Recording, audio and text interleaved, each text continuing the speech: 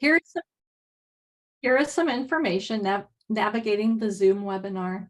To ensure the session runs smoothly, the chat function has been disabled for this session. Please use the Q&A tab at the bottom of the screen to submit questions, which will be answered or will be addressed at the end of the session.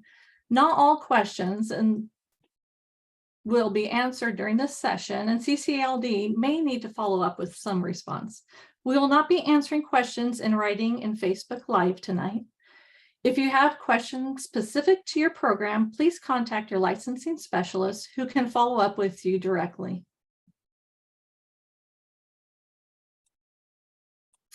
We do have interpretation available tonight. Click the globe icon to select your language. You can find it at the bottom right corner. Your hosts for this presentation are our CCLD Director, Alicia Gardner, Miriam Cecilia, the Field Operations Director, Crystal Percy, one of our regional managers. I am Carrie Hudspeth, and I am the Salem Regional Manager. Abby Strom is our Child Care Initiatives Analyst, and our Child Care Quality Specialist, Ronnie Pham. On the agenda shown on the left-hand side of the slide, you will see the topics we will be reviewing today. We will not be covering all the rule revisions and changes in this webinar. Now I'm going to pass it on to Alicia to discuss our guiding principles and engagement. Good evening, everybody. I'm Alicia Gardner, and I'm the Child Care Licensing Division Director. It's so wonderful to be here with you all this evening. Thanks for taking time out of your busy schedules. We're truly hoping that you find this webinar and the information we have to present to you today useful. Before we jump in, I wanted to provide just a little information on how we got here and why we're discussing a revised rule set for certified centers today. The certified center rule revision is a part of a bigger. Consider adjourned. Done. Okay. Yeah. Don't take the smoothie. Oh, sorry, we have just a little bit of background noise. Let me just repeat. The Certified Center Rule Revision is a part of a bigger CCLD or Child Care Licensing Division-wide revision project to revise our licensing rules and all of those sets within the rules that we regulate. We've recently created a rule set for school age only centers. And this certified center revision is our second step in our rule revision process. As part of the major effort to revise the child care licensing rules, we do have some guiding principles onto why we're doing this work. The first and foremost and most important reason we are doing this work and revising our rules is to examine and remove the barriers based on feedback from you all as those who care for children directly, for those who are subject matter experts in the field of early learning. We recognize that health and safety requirements can be met in a lot of different ways. And so we have tried our best to revise our rules to allow for multiple intents to meet the rule, as well as provide flexibility for those who are caring directly for children so they can be successful throughout their day in doing such important work of caring for children. The second reason we are revising these rules and why these rules are now going to be in effect January 1st, 2024, is that we wanted to ensure that these rules were in plain language for you all. That means that when you read the rule, you can understand what it means and how to implement. We have also reorganized the rules into sections that make more sense and are easier to follow. For example, all policies are listed under a section called policies. And we've also clarified a lot of our interpretations and how we look at the rules and what we look for in compliance. And we have put that directly into the rule in order to provide good information and transparency for you all on what we're really looking for when we come out to do inspection. We've also done quite a bit of analysis on a database of childcare best practices called Caring for Our Children, and we have aligned with those best practices where possible, noting that we are also taking into account any fiscal impacts that there may be and avoiding those where possible, but really looking at where are best practices that are free for you to implement to ensure that children are being cared for in the safest and most caring way possible. And lastly, we want to ensure that the childcare licensing rules are consistent across all licensing types wherever possible and where it makes sense. So this is the second rule set that we have revised related to all of these guiding principles. And we didn't do this on our own. We've done a lot of engagement on this rule set. And though I will mention that you know, even though you could see these formal engagement efforts on the right-hand side, so many of these changes in these rules have come about just from hearing from you and the way that we've talked to childcare providers, childcare directors, and center staff. When you talk to your licensor and you point out the things that just aren't quite working, we've collected all that feedback over the years. And so we know we've taken a lot of the lessons we've learned over the years on what needs clarity and ensuring that children are in healthy and safe environments when they're in care, but again, building in those flexibilities to ensure that you all can be successful.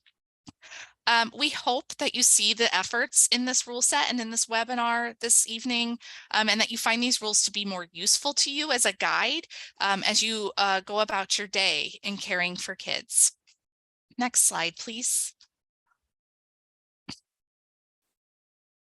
So we're very, very grateful that you are all in attendance and you're here and ready to learn about some of these changes. But please note that not all of the rule changes are covered today. Our new certified center rules are a total revision. And while many of the rules haven't changed, they are reorganized or reworded. And we've done that for clarity and to ensure plain language.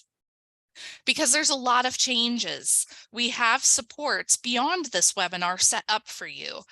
Video series will be available for you, which will go more into depth regarding the changes in each rulebook section. And those are YouTube videos that you will be able to access and watch. We also have a brand new library of TA documents and materials, which you can request from your licensing specialist to help be successful in implementing the new rules.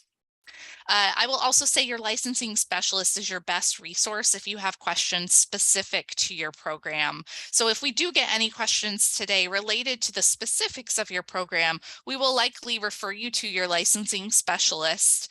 But note that you have the question so we can take that back for any further FAQs or materials that we may need to develop. And remember, we know this will take time for programs to learn the rules and learn how to apply them to your program.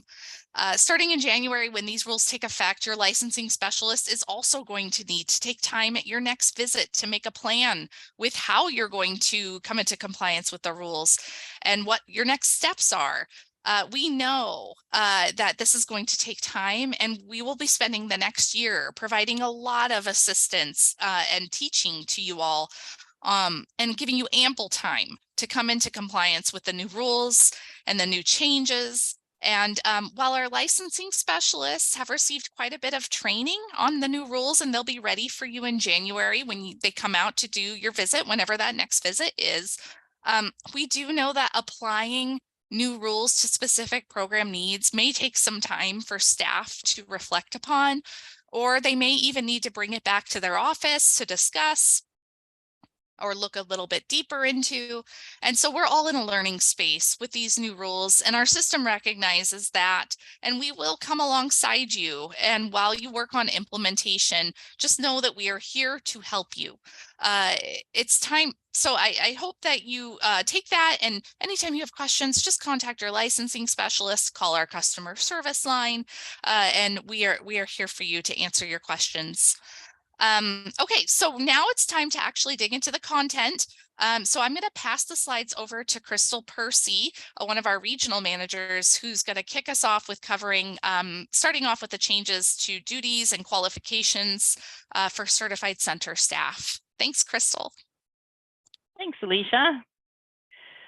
So my name is Crystal Percy, and I am the regional manager for the Eugene and Medford field offices, and currently the interim manager for Redmond and LeGrand as well.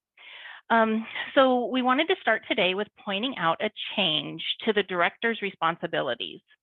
For centers that are open long hours, we've included in the rules that a director needs to be on site for 1/3 or half the operating hours, which is the way current rule reads. But we have also added in, depending on the size of the center, or 40 hours a week, whichever is less. This will be helpful to programs that are open long hours. And additionally, we have changed that directors may serve as teachers anytime there are 40 or fewer children on site, rather than being based on the licensed capacity. So when enrollment gets low or when children go home and the director needs to step in, they're able to do that with the new rules. So we're really excited to share some changes to teacher qualifications.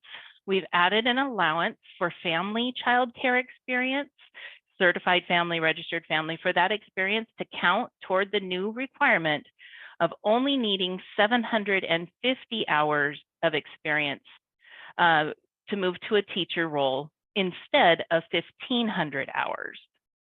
We brought in the school age teacher requirements from our school age program rule set. School age teachers will now only need at least 240 hours of qualifying experience working with school age children in the last 5 years in a certified child care center, certified family, registered family, or a comparable group care.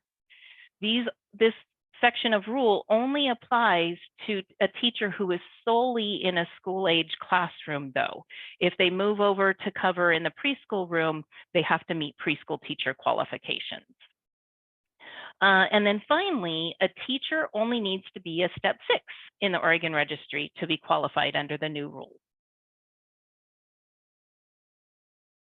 So here's another exciting part. We've expanded options for what an Aide 1 and an Aide 2 can do within the child care center in the hope that these changes will provide flexibility in staffing. Changes include simplifying language and what is required when an Aide 2 covers for staff breaks, allowing for Aide 1s to supervise children in specific situations, and expanding options for Aide 2s to work unsupervised and function as a teacher. Over the next few slides, we will review these changes in greater detail. We hope this will help you with your staffing needs while still providing safe and consistent supervision, as well as training staff on a fast track to be qualified to work with children alone. When an Aide 1 is enrolled in the CBR, they will be able to be alone with children similarly to how an Aide 2 can be now.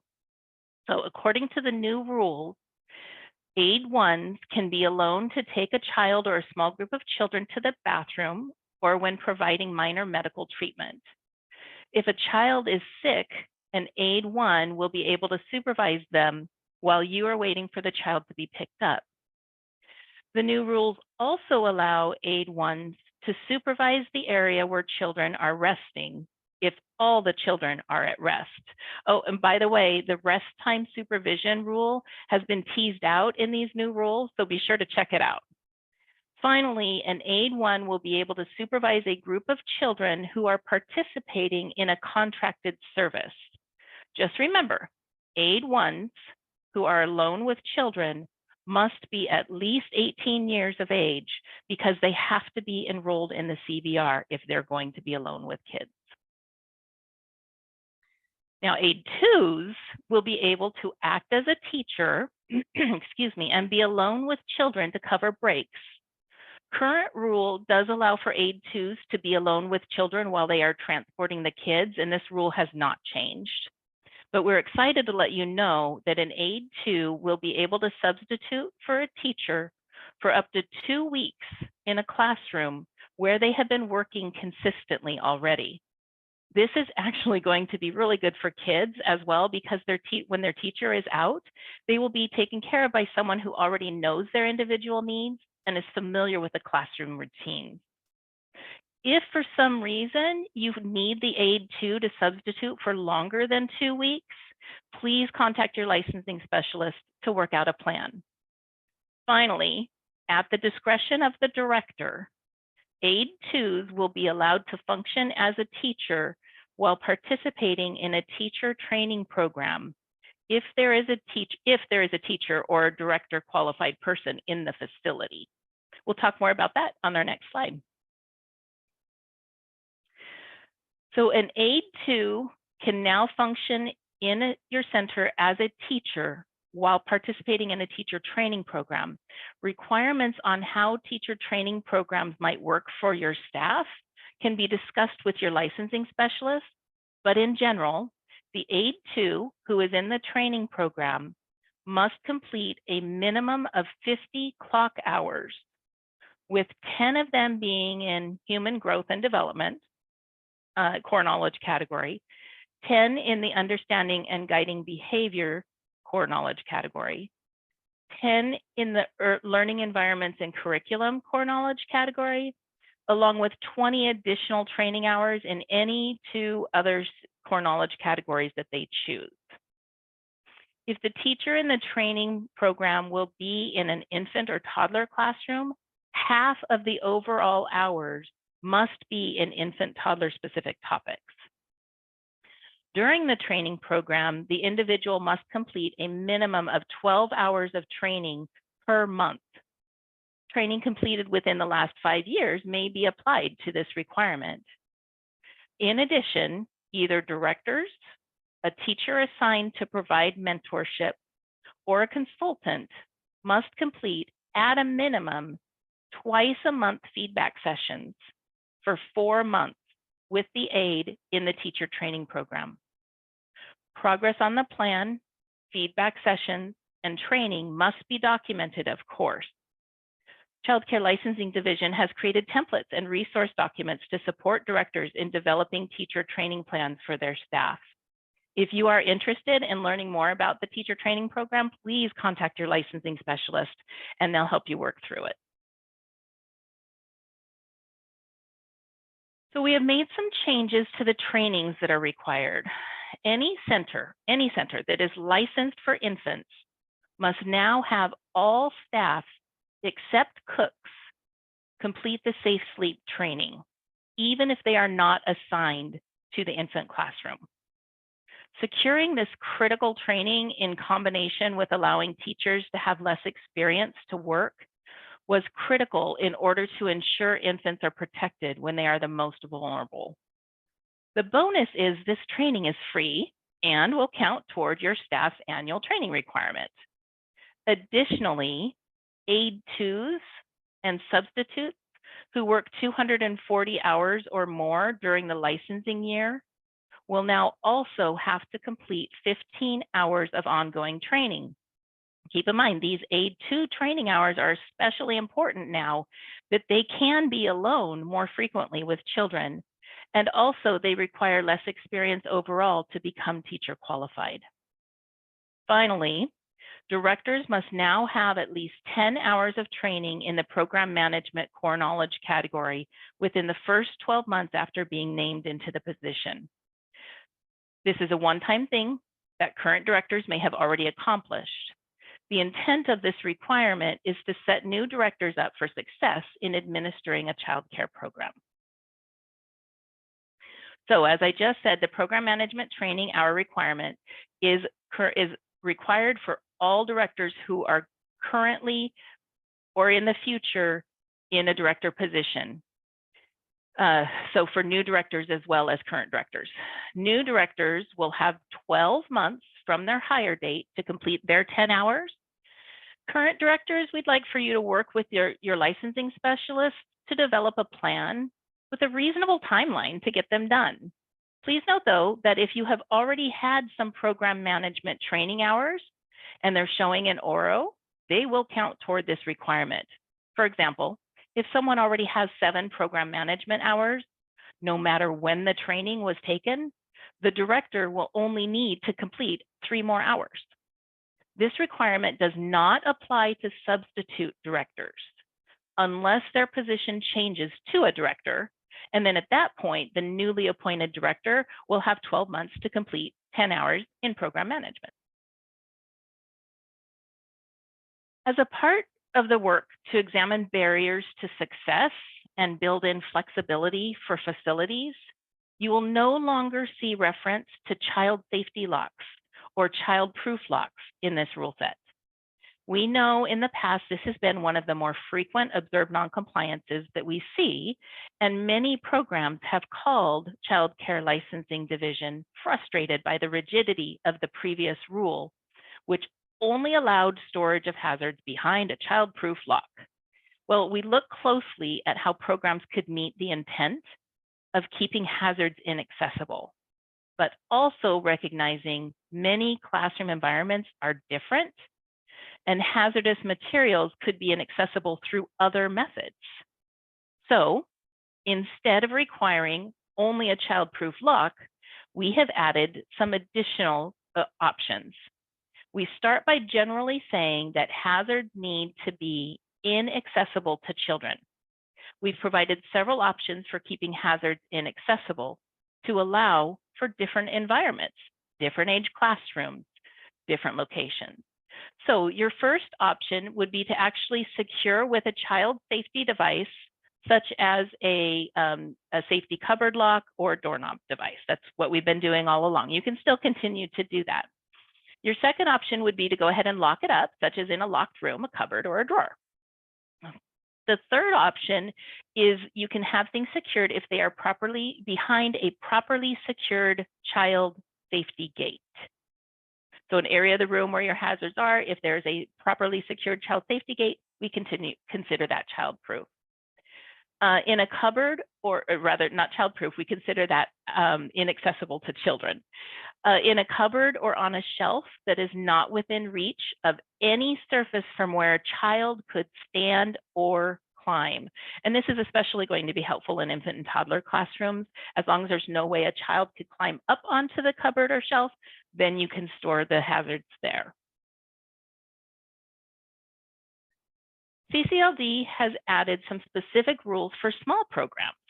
If you are a program that has multiple sites of only one classroom with no more than 20 children, you can now be considered a multi-site program without needing an exception.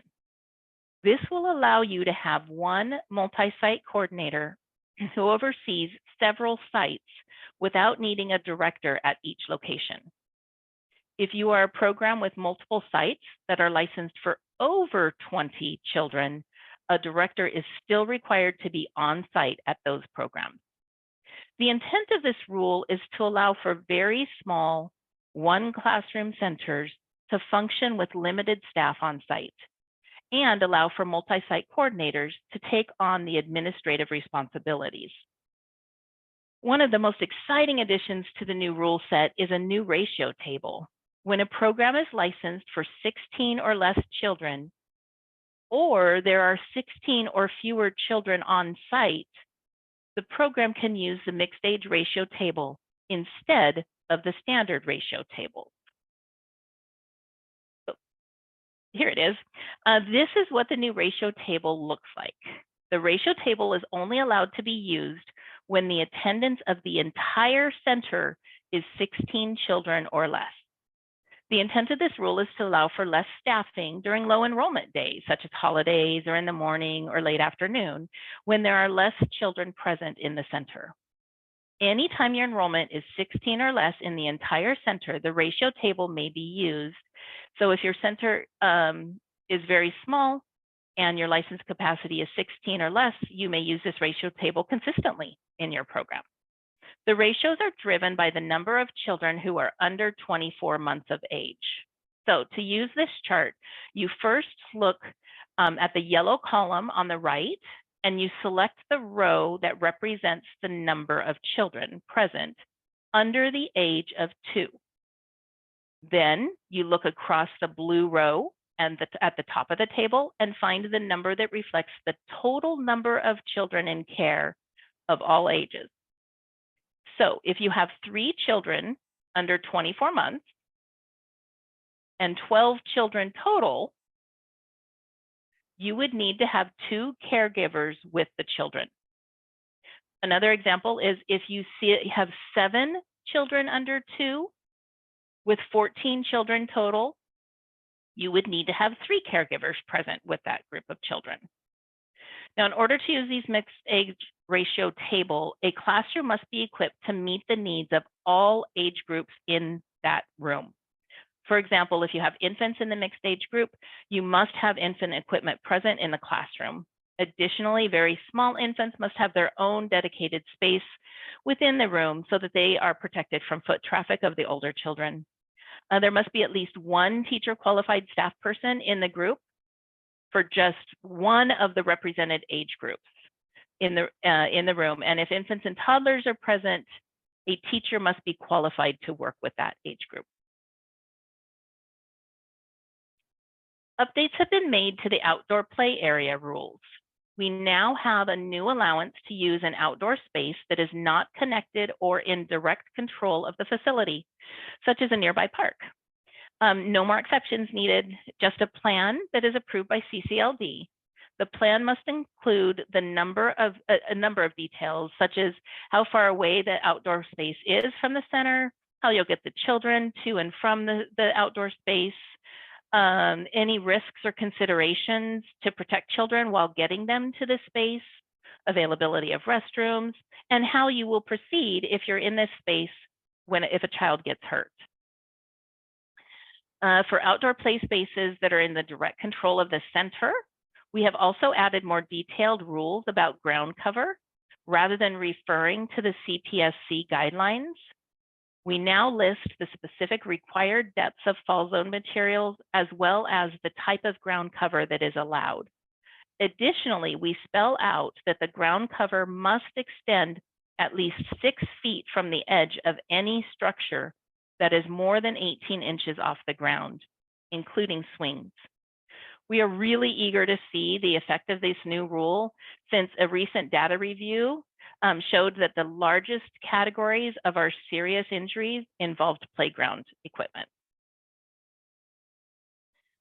Some changes to our medication rules include allowing for a 12-month permission for things like inhalers and EpiPens and over-the-phone permission for non-prescription medications. We have also changed the rule that medication can be inaccessible, but if they are only out of reach and not behind a child safety lock, then they must be in a container with a tight-fitting lid.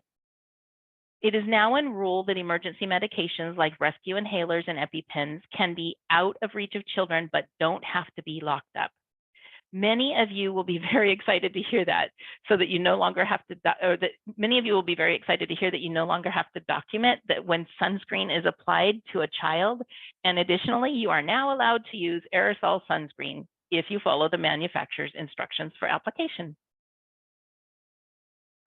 One of the things that CCLD considered when writing these new rules was what rules programs commonly submitted exception requests for. We worked to include as many rules and allowances for these common exceptions in order to eliminate the extra work for you. Some rules may require you to submit a plan to CCLD, but exception paperwork is no longer required. You can still ask for exceptions. You just no longer need them for these things. Toddler bathrooms are no longer required to be adjacent to the classroom as long as the program develops a written plan for supervision and care approved by CCLD. Forms can now be stored electronically as long as the program can guarantee immediate access to CCLD upon request. As covered earlier, a director may now act as a teacher with less than 40 children when less than 40 children are on site. If your program is operating only 6 hours or less, no nap time is required for preschool-age children. Emergency medications can be stored so they're more readily accessible in case of an emergency. Outdoor play areas not directly controlled by the center may be used. And a parent may request that their child not be served milk.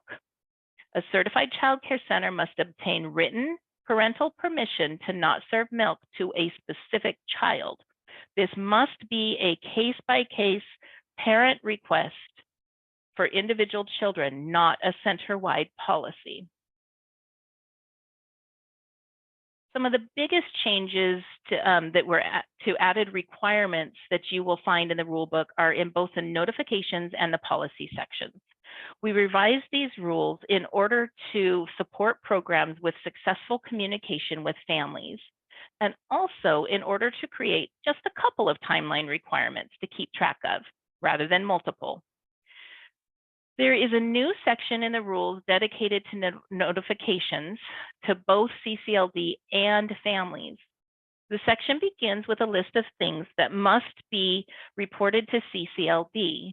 Many of these required reports are the same as the old rules, but there are a few new ones, like if a program uses prohibited discipline or physical restraint with a child. These required reports must now be completed by 5 p.m. the next business day after an incident occurs. For example, you now have to report serious injuries by 5 p.m. the next business day instead of within 5 days. A business day is also now defined in rule in the definition section. The notification section also includes some new things that you have to report to families, either immediately or at pickup, and it separates them out. One example of this is that you must now notify parents immediately if their child is given another child's medication. Remember, CCLD will provide plenty of technical assistance as you adjust to these new reporting requirements, policies, and timelines. We know this is a lot to learn.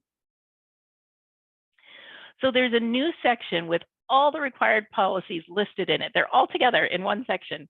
We moved all the policy requirements in the rulebook into one place so that you can easily reference these. Most of them are policies that are already required, perhaps with some minor changes requested, but these 4 policies are new and will need to be created for your programs.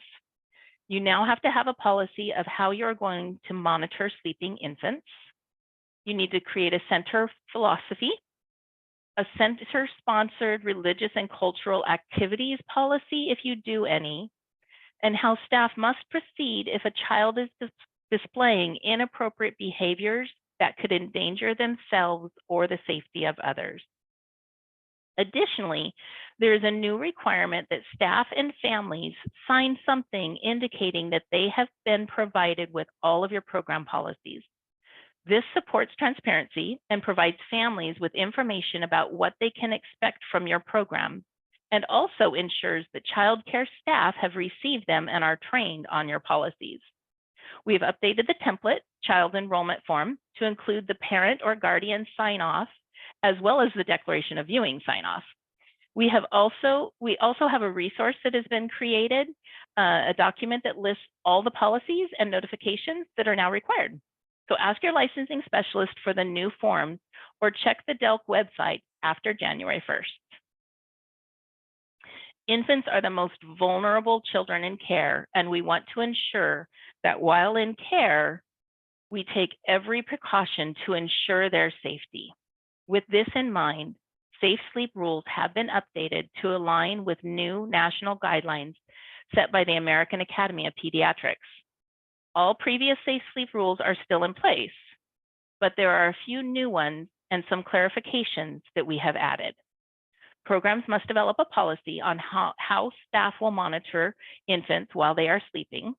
Infants that can roll from front to back or front to side may be left in that sleeping position they prefer. We've written that into the rule now, so there's no question.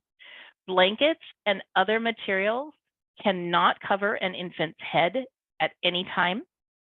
Headwear, such as caps or hoods, and items with drawstrings must be removed prior to laying an infant to rest. Weighted blankets, clothing, and other objects are not to be used. That's been written into rule. Caregivers can hold a sleeping infant as long as they are attentive. This last rule allowance here on the slide is for times when a teacher might be on a walk or on the playground supervising, older children, but they might be carrying an infant in a front pack. The infant carrier needs to be a structured pack, but they are allowed to continue the activity if the infant falls asleep while they are out and about, as long as they put the child into a safe sleeping bed as soon as they return. The one thing that I mentioned, the carrier has to be structured because carriers such as slings or wraps are now disallowed by rule.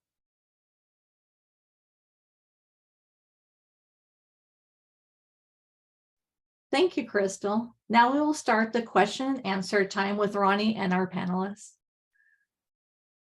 Thank you, Carrie. So let's start off with infants. If we have children under 24 months of age, what is the ratio in the previous topic? And this would go to that slide with the ratio table. So I think they just needed a little time with that. That's great. I'm wondering if we can move the slide back to the ratio table just for reference so we can study this a little bit closer. And Ronnie, just to repeat, the question is if you have multiple infants? If they have children under 24 months of age, what's the ratio? So if you look on the left-hand side, it states number of children present under the age of 2. So you would look in the kind of a yellow orangish bar there to see, okay, how many infants or toddlers do I have? How many children under the age of 2 do I have present in my group of 16? Let's use 3 as an example. So if you look at number 3, you know that you have 3 infants present. So then you move to the top blue box where it says total number of children present. Let's say you had 10 children over 24 months. So that would equal 13. You go over to 13 and you can see that in between the number 13 and 3 that you need 2 caregivers present. So the total number of children present includes the amount of children under 2. I hope that clarifies. Thank you. Hold on 1 minute because I think we may have gotten a clarification. Okay, nope, that was it. So are swaddlers allowed? That's another great question. If we can go back to the safe sleep slide, we can review that one more time as well. Thank you. So we do not allow swaddling of any kind for our safe sleep rules. And that is because we know that research shows the safest way for children to sleep in a care setting is when you're following the research-based safe sleep practices. So we do not allow swaddling at any time. Thank you. So when it comes to infant carriers, you can't use a sling, you can't use a wrap, but what can you use? So when it comes to infant carriers, you may use a structured carrier. So something that has support to the child's body and back and neck. Thank you. So we're going to go to a topic on training. So are the program management hours and ongoing training courses required for substitute directors also? I'm going to call on my fellow panelist, Abby Strom. Abby, are you able to take this one? Sure. And good evening, everyone. Thank you for being here.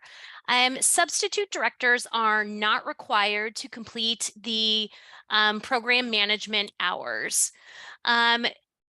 Typically, if a substitute director holds another position within a center, for example, they have to be teacher qualified, so they would be required to do the typical annual training of 15 hours, 8 of which is in child development. If at any point during the year that substitute director changes positions and becomes the regular or on-site director, then the requirement to fulfill 10 hours of program management would kick in at that point. Thank you so much. Let me see if we covered. Okay, so in the presentation, Crystal talked about 50 hours of training needed at one point. Can you recap what that was about, please?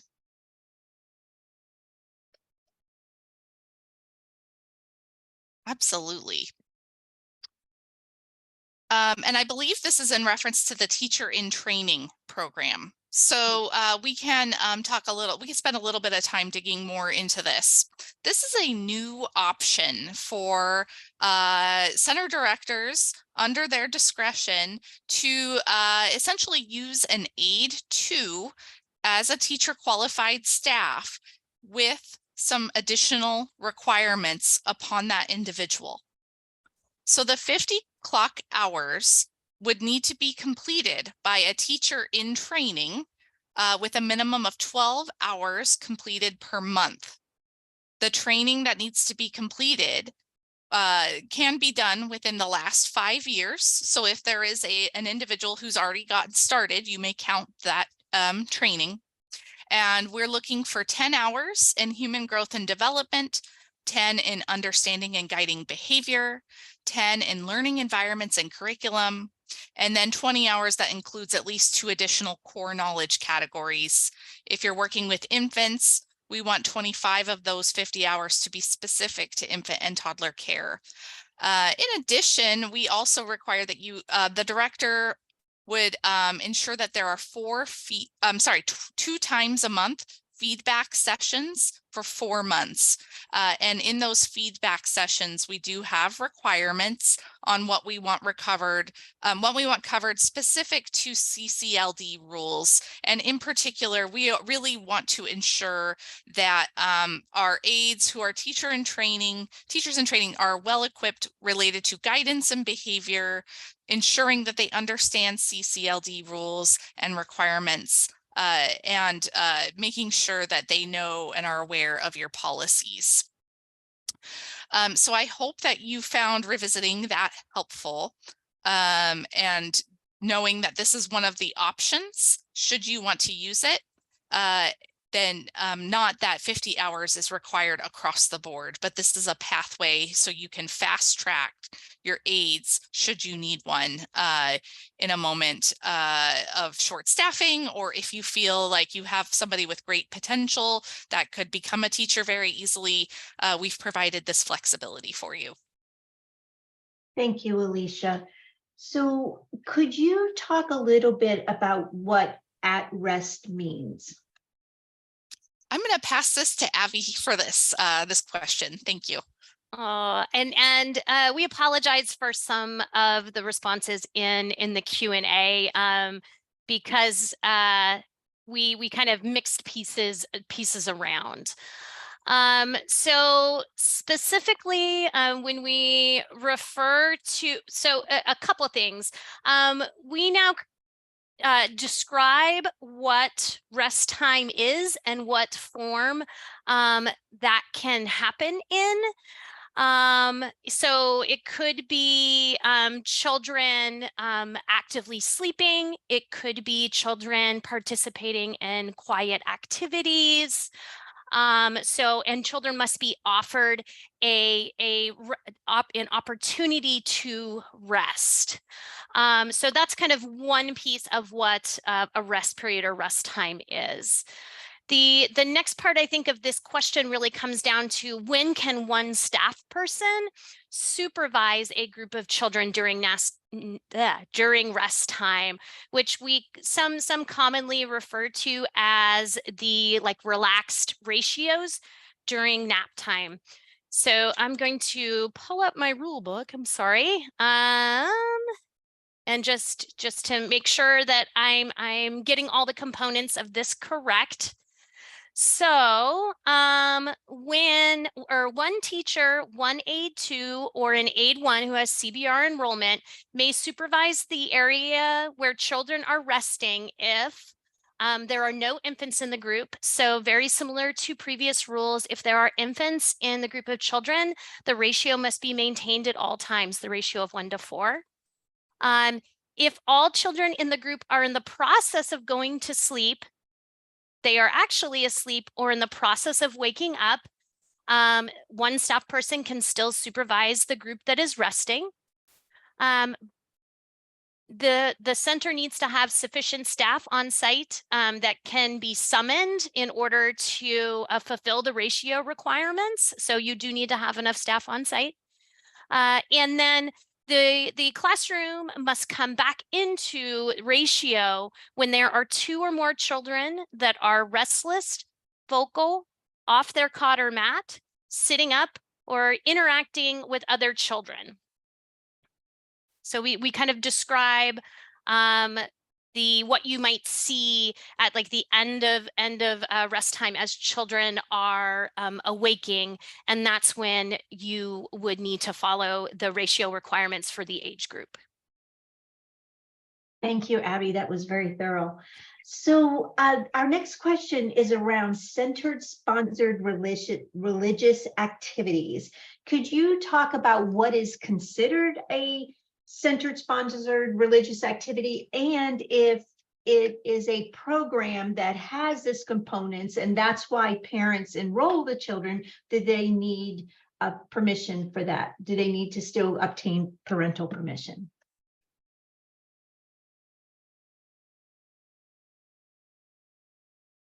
So Abby, I may need your assistance with this one, but centers, so we do require this for all programs, and the intent is just to provide good communication to families. Very often we interact with families who feel that they haven't received the right level of communication with programs, and they call us with concerns. So you will see that in our rules, we have reflected that to ensure that you are provided with the guidance to know what sorts of things families want to hear about. And in addition, it is a best practice when thinking about your program to really identify these opportunities and these activities for families. Because families are interested in your program, they want to know what their children are going to be involved with and what you celebrate or what you recognize or what you do for your religious or cultural activities. And so while we don't go into prescribing what that looks like for each program, we are asking you to reflect upon your program and think about what those cultural or religious activities would look like within your space, and just ensure that families are aware of what you're doing and how you're celebrating or how you are honoring the religions that you practice. So I hope that answers your question, but we really are looking to programs to think deeply about this and then communicate to families. Thank you, Alicia. So Alicia, with the new rules going into effect and a provider finds that they are out of compliance with something, so say for instance, it has to do with playground equipment, and all of a sudden the new rules come out and they're out of compliance, how do they rectify this? What is their process? That's a really good question. And we do know that there will be scenarios where a program is going to have to work with their licensor to make a plan of action in light of the new rules. And so I would encourage you to talk to your licensor and make a plan related to your specific space. And we will work with that on a case-by-case level, and of course be providing you lots of technical assistance on how to get you there.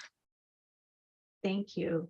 We're going to go back to infant questions for a minute, and could you please reiterate this? is it true that they can no longer serve milk to children under the age of 24 months? And if they do they have to get approval? What's the process? So once again, I'm going to call Abby and see if she's got a quick answer to this, and we can certainly hunt in the rule book related to milk service.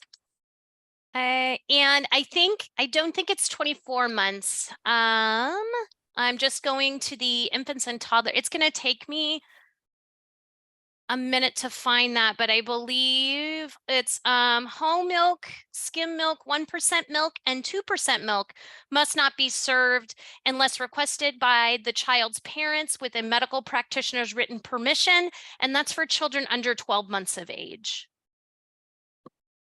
Thanks, Abby. I You're thought welcome. that was the case. It is for 12 months and under, and not 24 months.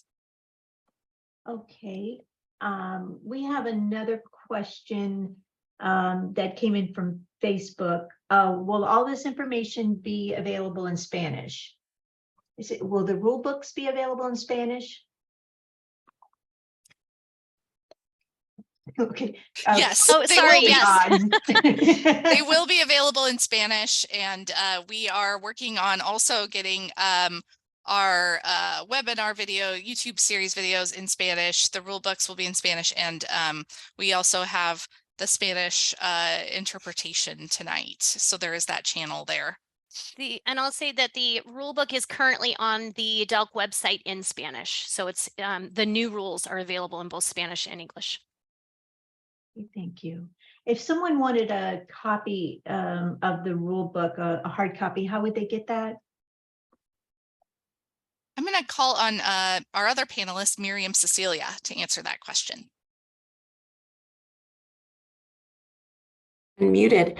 Yeah, if you're still waiting for a copy of the new rule book or need additional copies, feel free to reach out to our customer service line, or your licensing specialist can get those to you. Thank you, Miriam. Don't go far. I have a question about parental permission. Can there be one authorization that happens at enrollment times that says your child may be involved in cultural activities, birthdays where there's special snacks? Can it be an overall permission, or does it have to be specific per event? Really Please. great question. Yeah, sorry. Go ahead, Miriam. Yeah, so if there is a plan for cultural activities or religious-based activities that the center knows they're going to be providing throughout the year, one blanket sort of approval or permission can be obtained at enrollment, identifying all of the activities that are planned.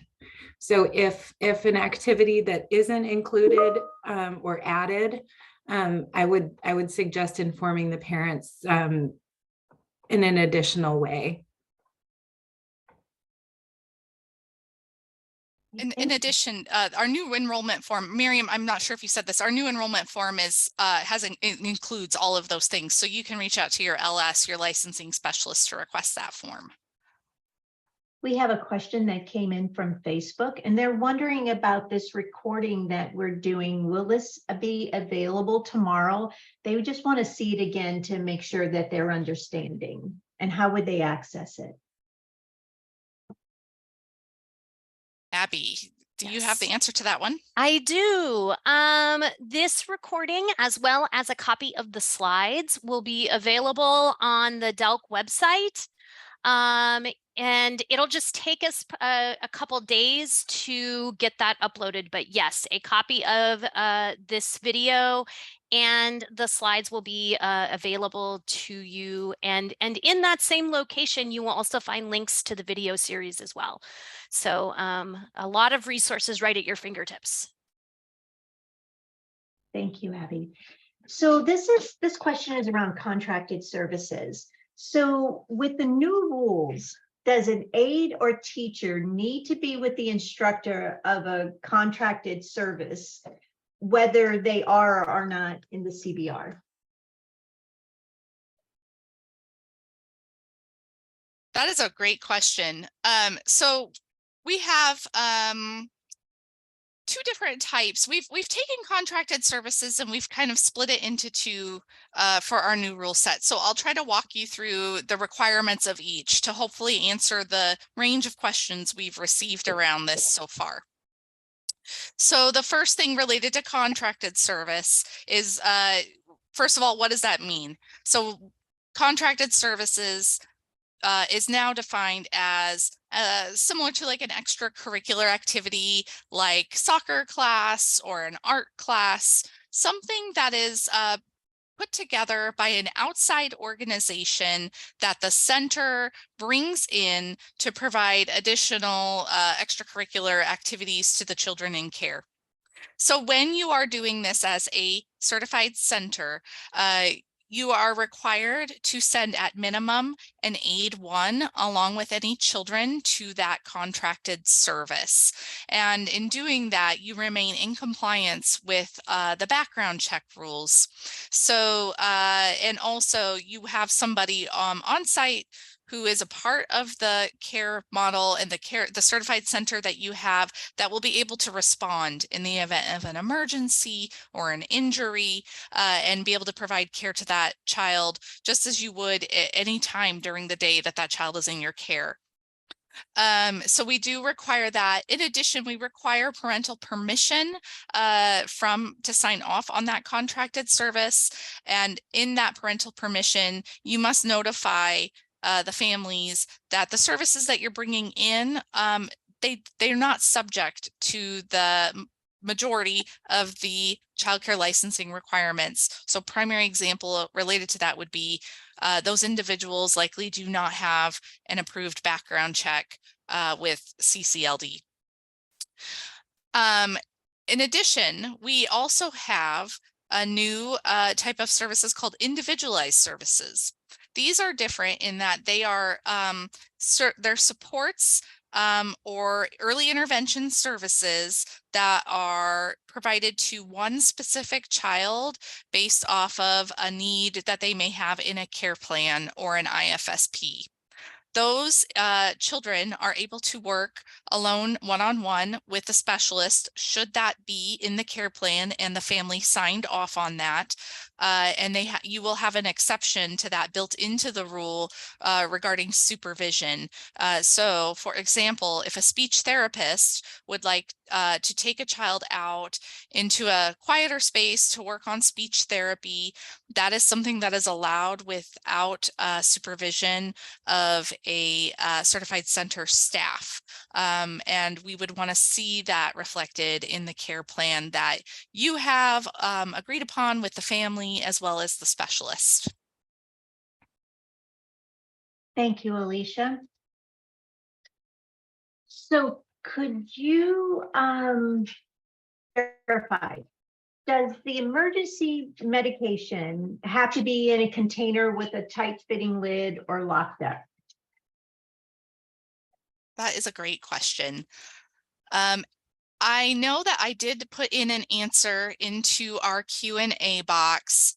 And so when I'm reading the rule is stating that an emergency, regular medication does need to be inaccessible to children, and that there needs to be child-resistant caps when available and stored away from food. So we have that new definition of inaccessible to children, which we talked about, how there are now multiple ways in which you can succeed in doing that and be in compliance with our rules.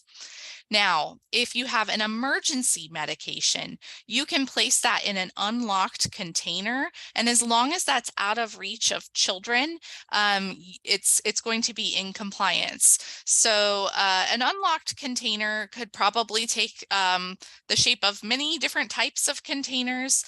We just want to make sure that it's in a container, so it's got an extra step so children can't get into it as quickly, but we want you to be able to have that readily accessible in the event of an emergency. Alicia, thank you so much. And Alicia, Miriam, and Abby for providing all your responses to these questions. We are just out of time to ask any more. So Carrie, you want to bring us out? Yeah, thank you so much, Ronnie, Abby, Miriam, and Alicia for answering those great questions. We want to thank you for attending the webinar to learn more about the Certified Child Care Center rule revision and changes. Please contact your licensing specialist with specific questions about your program. Numerous resources and support documents will be on our website at oregon.gov/delc after January 1st. Videos have been posted to DELC's YouTube channel. Search for Oregon Child Care Center rules and you should find them. If you can't find the videos, please ask your licensing specialist for help. Thank you again for joining this webinar. Have a good evening.